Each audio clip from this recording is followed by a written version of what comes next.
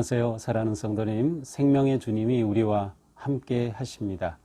우리와 함께 하시는 주님을 찬양합니다. 기도합시다. 하나님 감사합니다. 오늘 또 저희들의 마음을 말씀으로 초대하여 주셔서 말씀을 바라고 또 사모하고 또 기다리게 하여 주시니 감사합니다. 매일매일 주시는 말씀이 저희의 삶을 세워가고 저희들의 생각을 인도하며 하나님께서 기뻐하시는 거룩하고 아름다운 삶으로 조금씩 성장해 갈 수 있도록 오늘도 말씀으로 채워 주시옵소서. 예수님 이름으로 기도합니다. 아멘. 네, 오늘 말씀은 요한복음 6장 16절에서 29절까지입니다. 저물매 제자들이 바다에 내려가서 배를 타고 바다를 건너 가버나움으로 갔는데 이미 어두웠고 예수는 아직 그들에게 오시지 아니하셨더니 큰 바람이 불어 파도가 일어나더라. 제자들이 노를 저어 10여리쯤 가다가 예수께서 바다 위로 걸어 배에 가까이 오심을 보고 두려워하거늘 이르되 내니 두려워하지 말라 하신대 이에 기뻐서 배로 영접하니 배는 곧 그들이 가려던 땅에 이르렀더라. 이튿날 바다 건너편에 서 있던 무리가 배 한 척 외에 다른 배가 거기 없는 것과 또 어제 예수께서 제자들과 함께 그 배에 오르지 아니하시고 제자들만 가는 것을 보았더니 그러나 디베랴에서 배들이 주께서 축사하신 후 여럿이 떡 먹던 곳에 가까이 왔더라. 무리가 거기에 예수도 안 계시고 제자들도 없음을 보고 곧 배들을 타고 예수를 찾으러 가버나움으로 가서 바다 건너편에서 만나 랍비여 언제 여기 오셨나이까 하니 예수께서 대답하여 이르시되 내가 진실로 너희에게 이르노니 너희가 나를 찾는 것은 표적을 본 까닭이 아니요 떡을 먹고 배부른 까닭이로다. 썩을 양식을 위하여 일하지 말고 영생하도록 있는 양식을 위하여 하라. 이 양식은 인자가 너희에게 주리니 인자는 아버지 하나님께서 인치신 자니라. 그들이 묻되 우리가 어떻게 하여야 하나님의 일을 하오리이까? 예수께서 대답하여 이르시되 하나님께서 보내신 일을 믿는 것이 하나님의 일이니라 하시니. 아멘. 자, 이제 어제 말씀에서는 예수님이 무리들의 그 배고픔을 아시고 그들을 배불리 먹이셨어요. 그러자 이들이 예수님을 왕으로 임금으로 삼으려고 했고 예수님은 그것을 아시고 그들을 속히 떠나서 한적한 곳으로 혼자 산으로 떠나가셨습니다. 자, 이렇게 예수님이 혼자 떠나셨을 뿐만 아니라 한번 생각해 보세요. 사람들이 이렇게 예수님을 임금으로 생각한다는 것은 제자들도 역시 그와 같이 생각할 수 있거든요. 아직 제자들은 예수님에 대해 깊은 믿음이 형성이 되지 않은 때입니다. 따라서 예수님은 제자들이 그곳에 계속 머물러 있으면 아마 이 군중들의 이러한 심리에 제자들도 동요될 수 있을 겁니다. 물론 제자들은 예수님이 정말 놀라우신 분이다. 제자들 마음에도 예수님이 왕이구나, 왕이 되실 분이야 라는 마음을 분명히 가지고 있었을 겁니다. 그러나 예수님은 제자들을 서둘러서 또한 떠나게 하십니다. 오늘 본문에서는 그것이 잘 나타나지 않는데 오늘 본문은 마태복음에도 나오고 마가복음에도 나오고 있어요. 예수님께서 그 갈릴리 호수로 걸어서 오신 그 사건이죠. 자, 16절 저물매 제자들이 바다에 내려갔어. 자, 제자들이 바다에 내려갔다는 것은 이제 배를 타고 건너편으로 가려고 하는 것입니다. 지금 이 장소는 이 갈릴리 호수 동편입니다. 지도를 북쪽을 위로 해서 볼 때 오른쪽이죠. 그 동편에서 북서쪽에 가버나움이 있어요. 그래서 그쪽으로 가로질러 가게 되는 그런 상황입니다. 자, 제자들이 바다로 가서 이제 배를 타고 건너 가버나움으로 갑니다. 그런데 17절에 보니까 이미 어두웠고 예수는 아직 그들에게 오시지 아니했다. 이미 어두웠어. 예수님은 그들에게 가버나움으로 가라. 마가복음에서는 그렇게 구체적으로 나와요. 그래서 가라고 말씀하셨고 그들이 그곳으로 가는데 예수님은 그들과 함께하지 않으신 상황입니다. 이때는 대략 마태복음을 보면 시간적으로는 우리 시간으로 한 새벽 3시에서 6시 사이 그 정도의 시간대였어요. 자, 그런데 제자들이 그렇게 갈릴리 호수를 가로질러 가고 있는데 18절 큰 바람이 불어 파도가 일어납니다.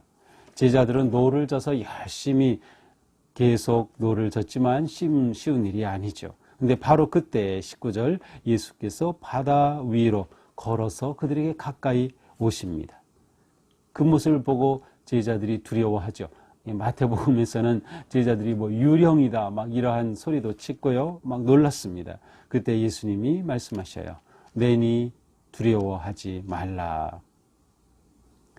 21절 이 예수님이 이렇게 말씀하시죠. 우리 예수님이시구나 주님이시구나 하는 것을 알고 제자들이 기뻐서 예수님을 배로 영접하니 배는 곧 그들이 가려던 땅에 이르렀더라. 이 사건은 사실 굉장히 마태복음도 마가복음에서는 훨씬 아주 리얼하게 기록이 되어 있고요. 마태복음에서는 베드로가 또 예수님의 오심을 보고 나도 걷게 해달라고 하고 바다 위로 걸었던 그런 사건도 있고요. 제자들이 놀라고 하는 이런 굉장히 다이나믹하게 이런 내용이 기록되어 있는데 이 요한복음에서는 그러한 요소들이 싹 다 빠졌어요. 예수님께서 명령하셔서 잠잠하게 하셨다든지 뭐 이러한 사건들이 다 빠져 그냥 담담하게 기록이 되어 있어요. 마치 아무 일도 없었다는 듯이 말이죠.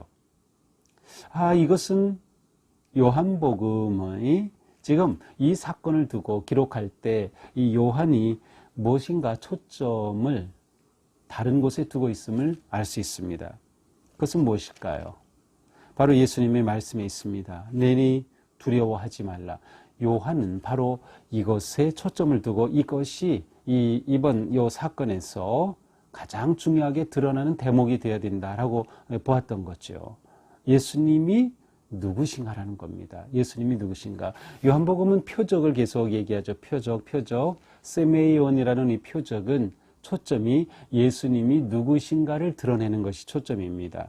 가나의 혼인잔치에서 그렇게 놀라운 기적을 행하신 것, 또 왕의 신하의 자녀를 살린 것, 이러한 것들 모두 예수님이 누구신가가 초점이에요.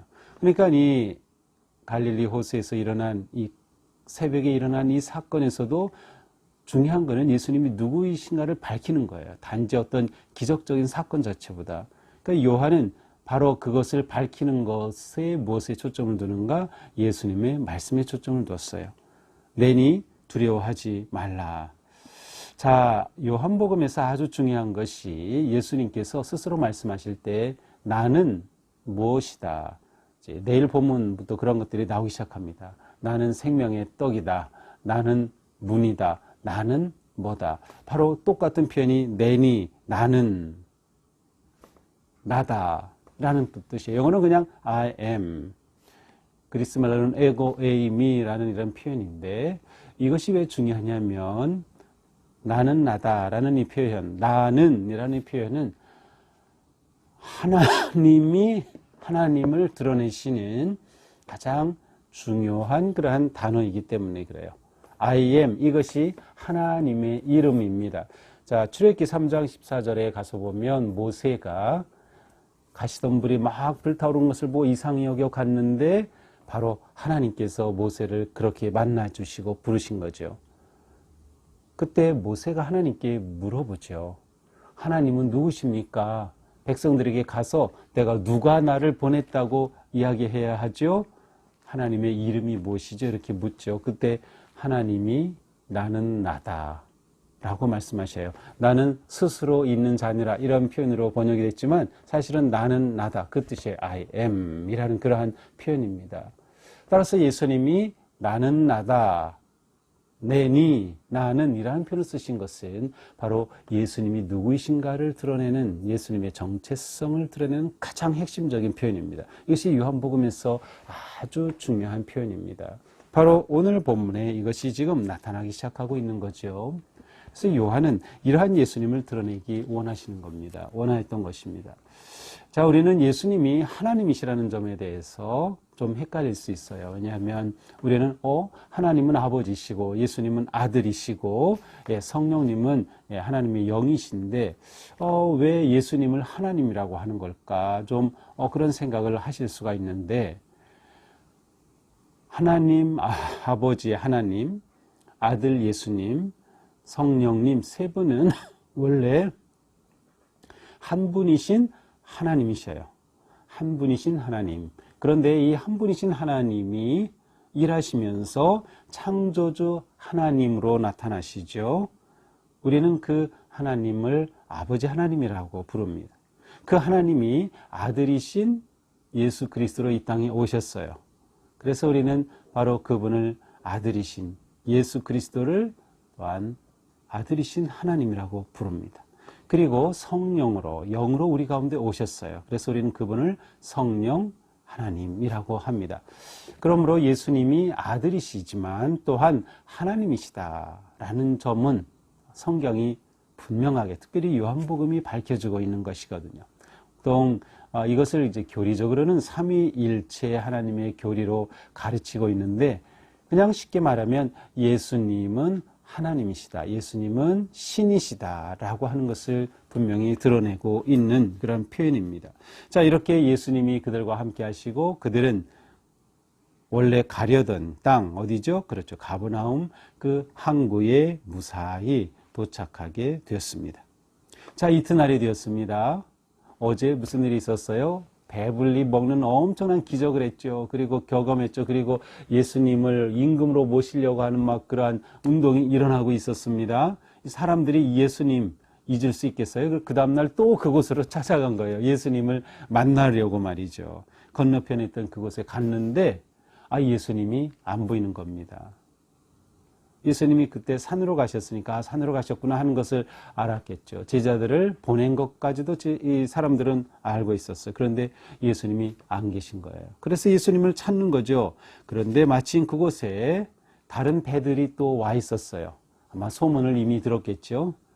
그리고 그 배들 가운데서는 아마 가버나움에서 온 배가 있었는지 모르겠어요. 그래서 짐작컨대 예수님이 가버나움에 계신 것 같아 라는 말을 누가 한 것이 아닐까요? 그래서 아무리 찾아봐도 예수님도 안 계시고 제자들이 없음을 그들이 알고서 24절에 보니까 배를 타고 거기에 온 여러 배들이 있었어요. 배들을 타고 예수를 찾으러 가버나움으로 갔습니다.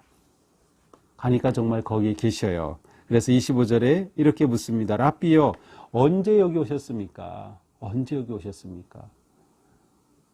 걸어서 오려면 꽤 먼 거리거든요. 밤새 예수님이 걸어서 여기 오셨습니까? 언제 오셨어요? 그런데 예수님은 언제 오셨는지 전혀 대답하지 않으시고 전혀 다른 말씀을 하십니다. 내가 진실로 진실로 너희에게 이르노니 너희가 나를 찾는 것은 표적을 본 까닭이 아니요 떡을 먹고 배부른 까닭이로다.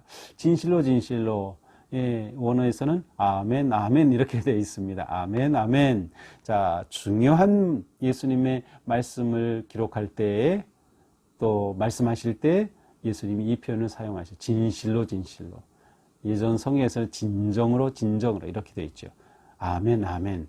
아주 중요한 말씀을 하시는 거예요. 뭐라고 하셔요? 너희가 나를 이렇게 지금 찾는 거는 표적을 본 까닭이 아니라 떡을 먹고 배부른 까닭이다. 표적을 본 까닭, 아까 표적이 뭐라 그랬어요? 예수님의 정체성, 예수님이 메시아이시다. 예수님이 하나님이시다. 예수님이 누구신가를 그들이 믿었기 때문에 지금 찾아온 게 아니라 너희들이 떡을 배불리 먹었으니까 그 예수님, 배불리 먹게 해주신 예수님, 그를 임금으로 삼으려고 했던 바로 그러한 까닭에 나를 찾은 것이 아니냐.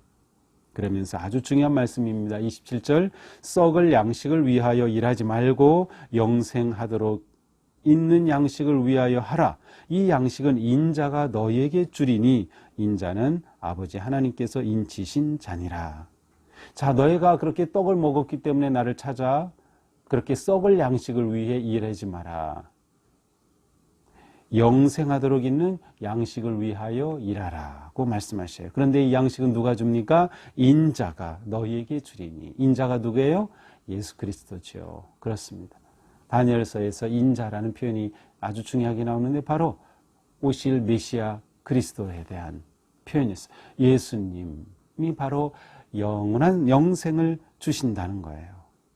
썩지 않을 양식, 영원한 양식이 되신다고 말씀하시는 거죠. 그래서 그들이 묻습니다. 우리가 어떻게 해야 하나님의 일을 하오리까? 자, 너희가 썩을 양식을 위해 일하지 말고 영생하도록 하는 양식을 위하여 일하라 하니까 이들이 물어보는 거죠. 아, 그래요? 그러면 우리가 어떻게 해야 이러한 일을, 하나님의 일을 합니까?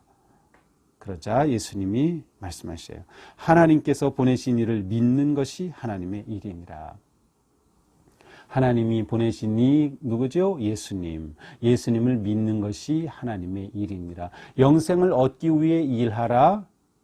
영생을 얻기 위해 일한다는 것은 하나님이 보내신 이를 믿는 것이다. 그러므로 영생을 얻으려면 예수 그리스도를 믿어야 한다. 이것이 하나님의 일이다 라고 말씀하셔요. 그렇습니다. 우리에게 일은 무엇입니까? 예수님을 믿는 것이에요. 이것이 우리의 가장 중요한 일이에요. 우리의 일이에요. 우리의 삶의 핵심이에요. 우리가 이 말씀에서 물론 썩을 양식을 위해 일하지 말라, 이것은 예수님이 우리가 육의 양식 먹는 거를 의미가 없고 중요하지 않다고 하신 뜻이 아니에요. 그렇다면 예수님이 굳이 바로 전날 그 많은 사람들에게 굳이 그렇게 배불리 먹이셨을 리가 없죠. 예수님은 배고픈 자, 가난한 자, 아픈 자들을 긍휼히 여기셨어요. 그들에게 먹이시고 고치시고 세우셨어요. 근데 우리의 육에 하루하루 살아가면서 일하는 것에 의미가 없다라는 뜻이 아니에요. 예수님은 우리에게는 그렇게 단지 육의 음식만 먹고 사는 것만이 아니라 우리에겐 놀라운 세계가 있다는 거예요. 하나님의 형상을 지닌 우리 사람은 놀라운 영원한 생명의 세계도 볼 수 있고 그 세계로 살 수 있다는 새로운 세계를 열어 보여주신 거죠. 그리고 바로 그 새로운 세계로 들어가는 일은 하나님이 보내신 인자 예수 그리스도를 믿는 것이다 라고 말씀해 주셨습니다. 자, 이것이 오늘의 본문입니다. 오늘 본문은 여러 가지를 생각하게 하고 있습니다. 무엇보다 예수님은 하나님이시다라는 믿음이 우리에게 분명해야 합니다. 예수님은 하나님이시다. 예수님은 인간이셨지만 동시에 하나님이시다라는 거예요. 하나님 아버지와는 구분이 되시는 분이에요. 하나님의 아들이시지만 하나님이신 겁니다. 우리에게 이 믿음이 확실하다고 하면 그러므로 예수님이 우리를 구원하시는 주님이 되신다. 예수님이 우리를 구원하신다. 우리를 인생의 진정한 목적지로 이끌어 가시는 겁니다. 마치 제자들이 예수님이 풍랑 가운데 나타나셨을 때 예수님을 영접함으로 그들이 목적지까지 무사히 도착했던 것처럼 우리가 인생의 항구에, 인생의 영원한 천국의 항구에 영원히 온전히 도착하는 것은 바로 예수 그리스도를 영접하고 그 예수 그리스도를 믿고 따를 때 우리의 인생은 목적지에 이르게 되는 것이다. 그래서 우리는 예수님은 하나님이시라는 믿음이 우리 가운데 분명히 있어야 합니다. 그러려면 우리에게 믿음의 눈이 열려야겠죠. 우리의 믿음의 눈이 열려서 예수님을 계속 우리의 주님, 우리의 구세주, 하나님으로 믿고 고백해야 하는 것입니다. 그리고 우리의 이 믿음이 일이다라는 것을 기억하면서 예수님을 의지하고 믿는 것. 믿는 것은 단지 생각과 마음의 수준이 아니라 예수님을 진정으로 믿으면 우리의 삶 자체가 달라지는 거예요. 왜냐하면 영원한 삶을 향해 나아가기 때문에 우리가 이 땅에서 사는 삶이 달라지는 겁니다. 가치가 달라지고 목적이 달라졌기에 삶의 모습도 달라지는 거죠. 주님의 말씀이 무엇인지, 주님의 뜻이 무엇인지, 주님의 그 말씀에 순종하는 삶으로 변화되는 거죠. 그래서 그리스도인인 우리는 영원한 생명을 믿음으로 얻었고 예수님이 우리의 구세주심을 고백하고 하나님이심을 인정하며 그리고 예수님의 말씀과 뜻에 순종하며 거룩한 성화의 삶을 살아가는 것이죠. 오늘 하루 우리의 삶이 이와 같은 삶이 되면 좋겠습니다. 오늘 하루 예수님을 깊이 생각하고 믿는 게 일이구나. 내게 영원한 생명을 주신 그 은혜를 감사하면서 오늘도 믿음으로 승리하기를 축복합니다. 기도합시다. 주님, 우리에게 영원한 생명을 주신 하나님의 아들이신 주님, 저희가 주님을 믿습니다. 우리의 구세주이심을 믿습니다. 하나님이심을 믿습니다. 표적을 행하시며 우리에게 거룩한 생명의 주 되신 주님으로 드러나심을 영접하고 믿습니다. 주님, 오늘도 주님과 함께하는 삶, 주님과 동행하는 삶, 주님의 뜻을 따르고 순종하는 거룩하고 아름다운 삶이 되게 하여 주시옵소서. 예수님 이름으로 기도합니다. 아멘. 네, 오늘도 우리의 삶이 믿음이 일이다. 또 주님이 나의 구세주시다. 하나님이시다라는 믿음 속에 어떤 어려움이라도 넉넉히 이겨내며 승리하는 멋진 하루가 되기를 축복합니다. 사랑합니다.